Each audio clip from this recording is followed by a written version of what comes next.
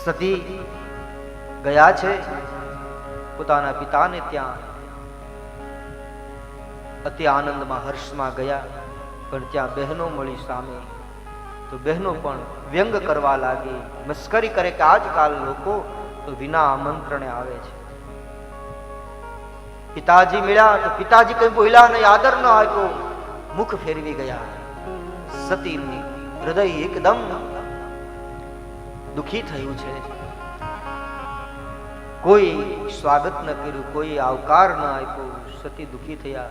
દીકરી ક્યારે દુખી થાય? જ્યારે પોતાના પિતાને ઘરે એમને પ્રેમ ન મળે, જ્યારે આવકાર ન મળે, ત્યારે જગતમાં સૌથી વધારે દુઃખ એને પડે એ છે કે દીકરી પોતાના પિતાને ત્યાં અપમાનિત થાય, ત્યારે જ એને સૌથી વધારે દુઃખ લાગે છે. બધાએ તરછોડી, સતીને કોઈ અપનાવી નહીં, કોઈ સ્વીકાર ન કર્યો. પણ આ જગતમાં એક એવું પાત્ર છે કે જ્યારે પોતાના સંતાનોને ક્યારે તરછોડતું નથી, ને એ છે માં. માનો બચાવ કર્યો છે.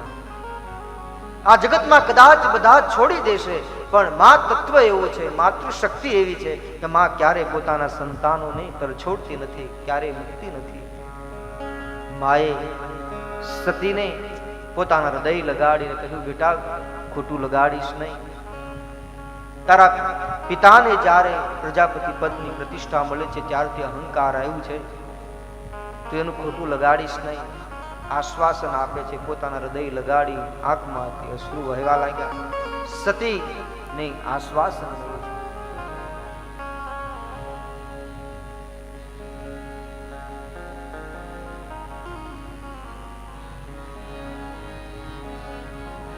જગતમાં બધા છોડે, પણ માં ક્યારેય ન છોડે.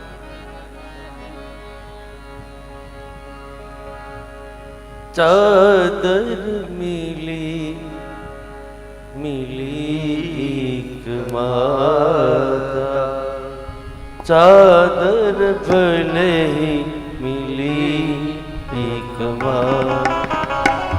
ભગીની મિલી જો બહુત મુસ્કાન, ભગીની મિલી બહુત મુસ્કાન.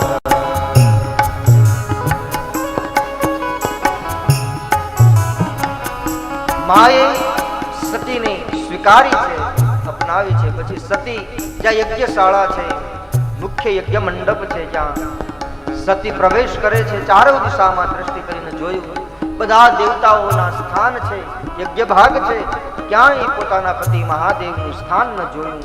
એટલે સતીને બહુ જ દુઃખ થયું. એક પતિવ્રતા નારી માટે પોતાના પતિનું અપમાનથી વિશેષ બીજું કોઈ દુઃખ હોય નહીં. આજે સતી એકદમ નખશ્રીખ ધ્રુજવા લાગ્યા. ચારે તરફ દ્રષ્ટિ કરીને જોયું, ક્યાંય શિવનો ભાગ નથી. વિચાર કરો તમે, એ સમયમાં પણ આવી બીમારીઓ હતી. શું ક્યારેક કોઈ એવું નહીં કહેનાર કોઈ વ્યક્તિ નહીં હોય કે આ શંકરના ભાગ વગર આ યજ્ઞ થશે નહીં? પીડા તો ત્યારે પણ હતી, ત્યારે કોઈ બોલ્યું નતું. કારણ કે પ્રજાપતિ દક્ષ પાસે સત્તા હતી, સંપત્તિ હતી. શિવ એટલે કલ્યાણ. જ્યાં કલ્યાણનો કોઈ ભાગ ન હોય, કલ્યાણનો કોઈ વિચાર ન હોય, એ ક્યારેય કોઈ કાર્ય સફળ થતું જ નથી. હરિ સમર્પે બિનસત કર્મા, હરિને અર્પણ કરવાની ભાવના ન હોય તો એ કાર્ય સફળ થતું નથી. પ્રજાપતિ દક્ષનો તો આ બદલો લેવાની ભાવનાથી આ કરેલો યજ્ઞ. બધા દેવતાઓ બેઠા છે.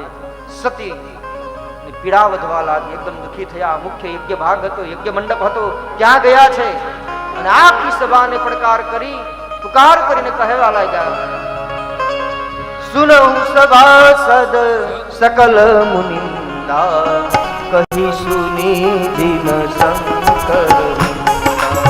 સુનહુ સભાસદ સકલ મુનિંદા, કહી સુની દિન શંકર.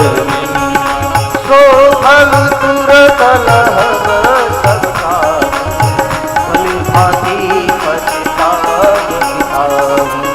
તો ફલ તુરત લહબ સબકા, ભલે ભાંતિ પછતાવ પિતાહુ.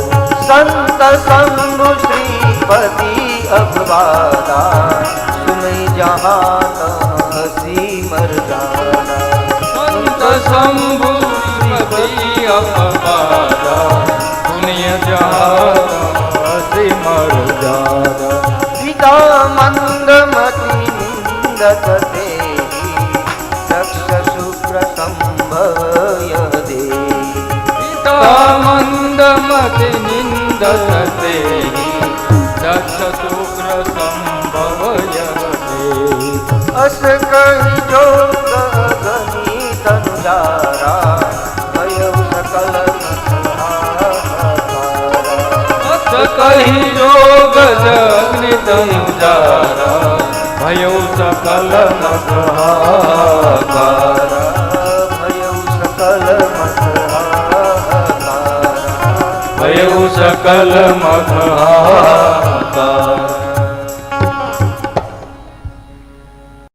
હે સભાસદો સતી માં હવે ચંડીનું રૂપ ધારણ કરે છે.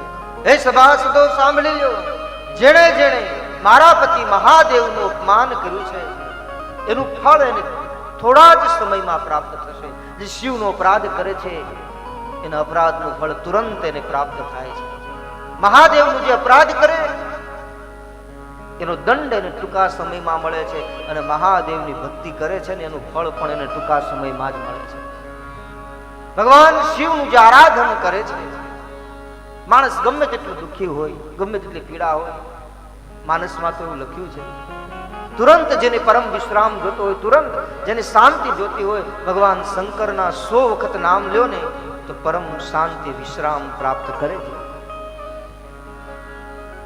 માણસને કઈ કોઈ રસ્તો સૂઝતો ન હોય, એકદમ દુઃખી હોય, પીડામાં હોય, શું કરવું કઈ સૂઝ ન પડે, એવા સમયે માણસ જો ખાલી 100 વખત ભગવાન શંકરનું નામ લે તો હૃદયમાં તુરંત વિશ્રામ પ્રાપ્ત થાય છે.